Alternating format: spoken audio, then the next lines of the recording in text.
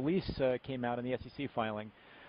Just to clarify a couple of details, the fundraising, did you have a precise figure that was raised with the share and bond sale? I'm not sure actually what the final figure is, but inclusive of the green shoe, which we expect to be exercised, the amount raised is approximately it's just over $1 billion. So quote, yeah, I think it's like 1.068 or something. But then you got to subtract banker fees and other things. I think net of fees, it's really super close to $1 billion. Got it. Okay. And for U.S. taxpayers, what is the profit on your loan? Do you happen to know that figure from the early report? That's actually an excellent question. I believe it's close to $20 million to include. Yeah, I believe it's somewhere between 15 and 20, but I'm not sure the exact number where it fits in that. But it's more than 15 because we've already done 2 principal and interest payments, yes. And then I believe there's something like $13 or $14 million of prepayment interest that we have to pay in order to pay the loan off. Okay. So when you I think it's something probably in the $17 million range. Okay.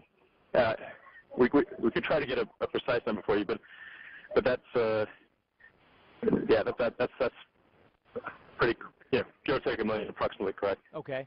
So some quick questions. 6 months ago, would you have thought it was possible, conceivable, that you could retire the loan this early? You're 9.5 years ahead of schedule, basically. No, I actually I thought it would be quite difficult to raise the capital for Tesla. As you know, we were one of the most short-sold stocks on the entire market, so that was depressing our stock price quite heavily. In fact, I think there were times when we ranked as the most sold short stock in the market. And so that compressed the stock price and made it quite difficult for us to raise funding. And so the challenge, of course, that we have is we've got to balance the interests of investors and taxpayers. And the things that with the announcement of the profitability, that resulted in a fairly meaningful increase in the stock price, and the availability of the convertible debt market was also helpful. So we're looking at a situation where after earnings, and we literally had done no work on this until the day after our earnings call. Mm-hmm. So because we didn't know how well. We knew it'd be well received, but we'd already kind of told people that we were going to be profitable. So I thought, okay, well, maybe the stock will drop after we announce the actual numbers, because that often happens. And then, but actually, the stock went on quite a positive trajectory. So actually, right up until the earnings call, we'd done no work, as I mentioned, on financing. Didn't know what the reaction would be. We'd foreshadowed in fact, more than foreshadowed, we explicitly said that we expect to be profitable in the first quarter. So I thought, okay, we could actually see a stock drop. But since the stock went up and gave us quite a good stock price, we said, okay, we should take the opportunity to raise funding. Because there are times when the market is pessimistic and there are times when the market is optimistic, and obviously it's sensible to raise money when it's optimistic, but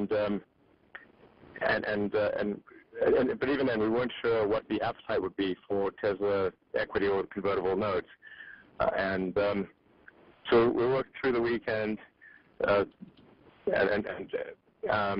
worked with the bankers and put together the financing round, and we're quite pleasantly surprised by the level of demand. In fact, both the convertible note and the equity were way oversubscribed. We started off looking at maybe raising around $700 million, and then we ended up increasing that to just over $1 billion because there was so much demand. And we improved the terms of in favor of Tesla, so we actually got quite competitive terms particularly for the convertible note. So how quickly did this idea of retiring the obligation, the loan, so rapidly? Because you'd already cut it to 5 years. Right. This just came up last week, where you realized it was doable, that you could do it this fast. Yeah, it was just last week. We really had done nothing. In fact, we would have had to disclose it if we'd done something in the earnings call, but we'd done nothing to raise around at all until we only saw the day after the earnings call, which I guess would be like 2 weeks ago, and put the round together and conclude the round in approximately a week, and it takes takes several additional days for the funds to settle. So the funds settled, funds transferred yesterday. Funds transferred today, and the funding went directly from investors to the DOE portion, so it didn't even go through Tesla. But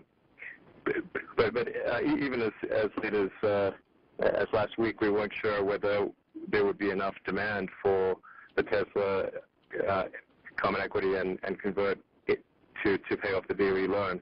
Once we saw the demand level, which was very high, we're several times oversubscribed, we thought, okay, well, there's opportunity here to raise the amount of money that to raise more money and actually retire the DOE obligation, and for us to be the only car company in America that has fully paid back the government.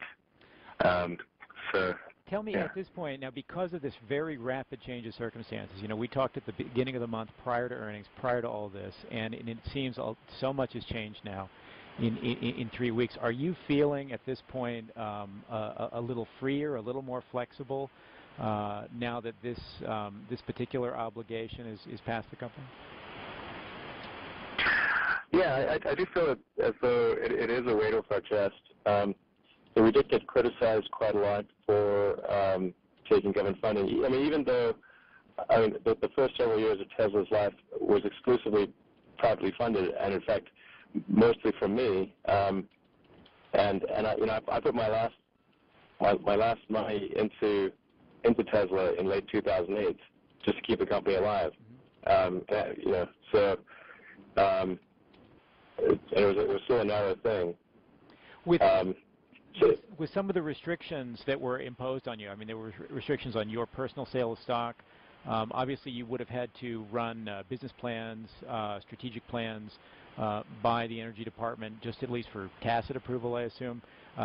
Those things are obviously all gone now. I mean, essentially, this other sort of oversight mechanism is gone. Is that correct? Yeah, I mean, the DOE wasn't, the DOE was sort of insisting that we do anything that was all that bad. I wouldn't say we ever really had a significant disagreement with the DOE even. But it did complicate our ability to raise subordinated debt for things like inventory and transit. So we expect to be exporting probably 2/3 of our production, and so that's a lot of inventory on the water. And the DOE covenants did limit our ability to raise subordinated debt. Now the DOE did say that they would work with us on that, but it was taking a long time to get that all sorted out.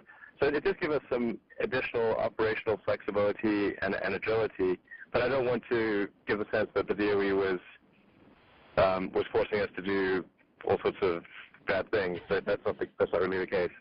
Should we think though of Tesla and as you as a little more unbound, a little more unchained now that you have this one particular obligation resolved? Yeah, I think so. I think we definitely have we have more operational flexibility, but I mean, honestly, the biggest thing I feel is that we've relieved a moral obligation, and there were a lot of people that criticize us for having a government loan at all, even though we received the smallest loan of anyone. And I think we've done the most, and we've repaid it first. But nonetheless, we did receive quite a lot of flack for it, and it was kind of one thing people held against us. And some people, that was an issue in buying the car, even though obviously the other car companies got far more money than we did. And I just feel better having done it. Honestly, I did it because it felt right. That's the real reason. Have you had any communication from the White House, from President Obama? No, actually, no communication at all. Although I'm gonna do a photo op with the new Secretary of Energy. But I'm not sure. I mean, I assume he's been told, but I'm not sure if he has, and he he probably has more important things on his plate than this. But yeah. So. Well, you've resolved this one major financial obligation that's gone. Because of the fundraising, you now have significant additional funds. I assume those are going to go toward both a successful Model X launch and go into the third-gen product as well. Yeah, exactly. I think we actually have enough capital at this point to not need to raise any future funding, because the S is cash flow positive. We have more than enough money to get the Model X done, and then I think we'll generate enough free cash flow to fund the roughly $1 billion necessary to create the affordable mass market third generation vehicle. That could turn out to be wrong, but I think that is the case. So I think as long as there isn't some force majeure event, that drains our capital, I feel pretty confident about not needing to raise any additional funding from any source and just relying on internal cash flow. Did you say $3 billion was needed for the third-gen product? No, sorry, just $1 billion. Oh, $1 billion then. Okay. Billion. Not much.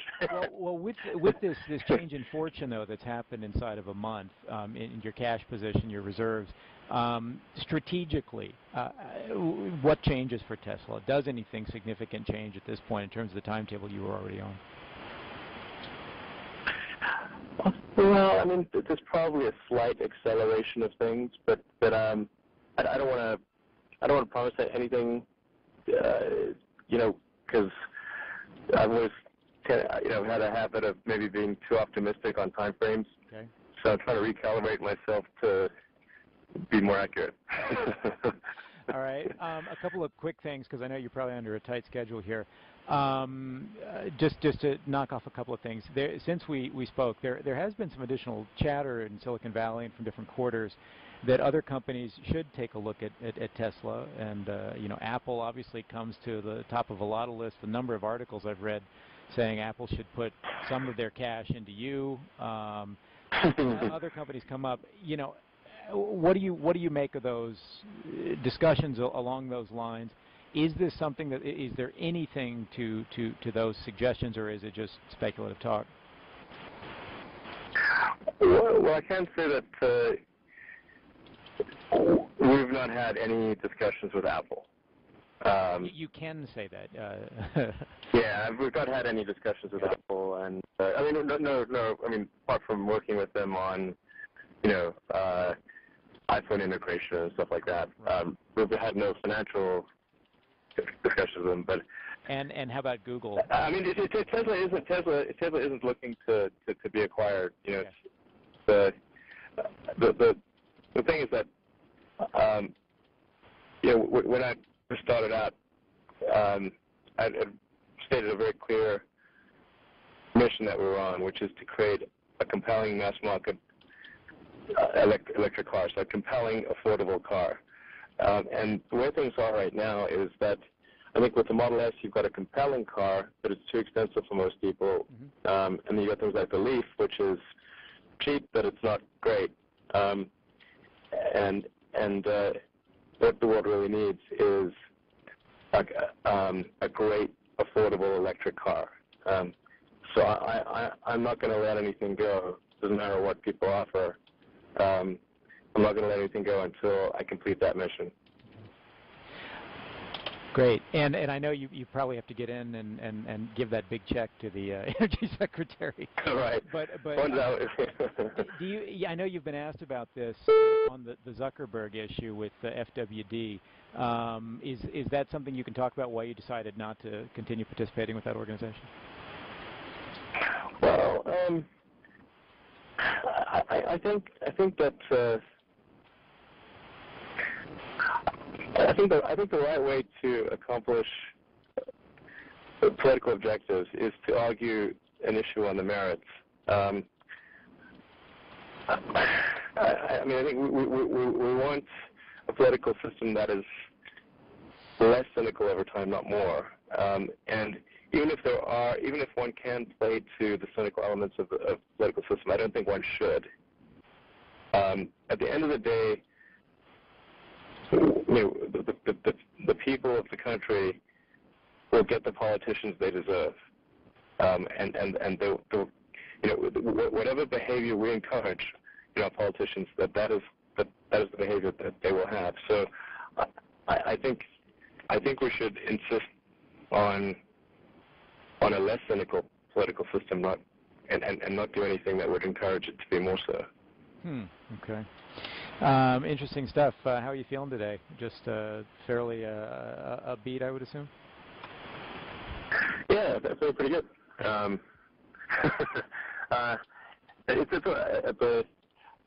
always sort of worried about, okay, well, what's the next sort of bad thing that will happen? But if you don't, as a friend of mine says, if you don't enjoy the ups, what's the point of having them? Okay. So. But is this coming faster than you expected, I guess? I mean, all of the series of events now. I mean, the level of profitability, the funds that you've raised, the repayment of the loan. Is this ahead of even your timetable? Yeah, absolutely. This is all happening way faster than I thought it would.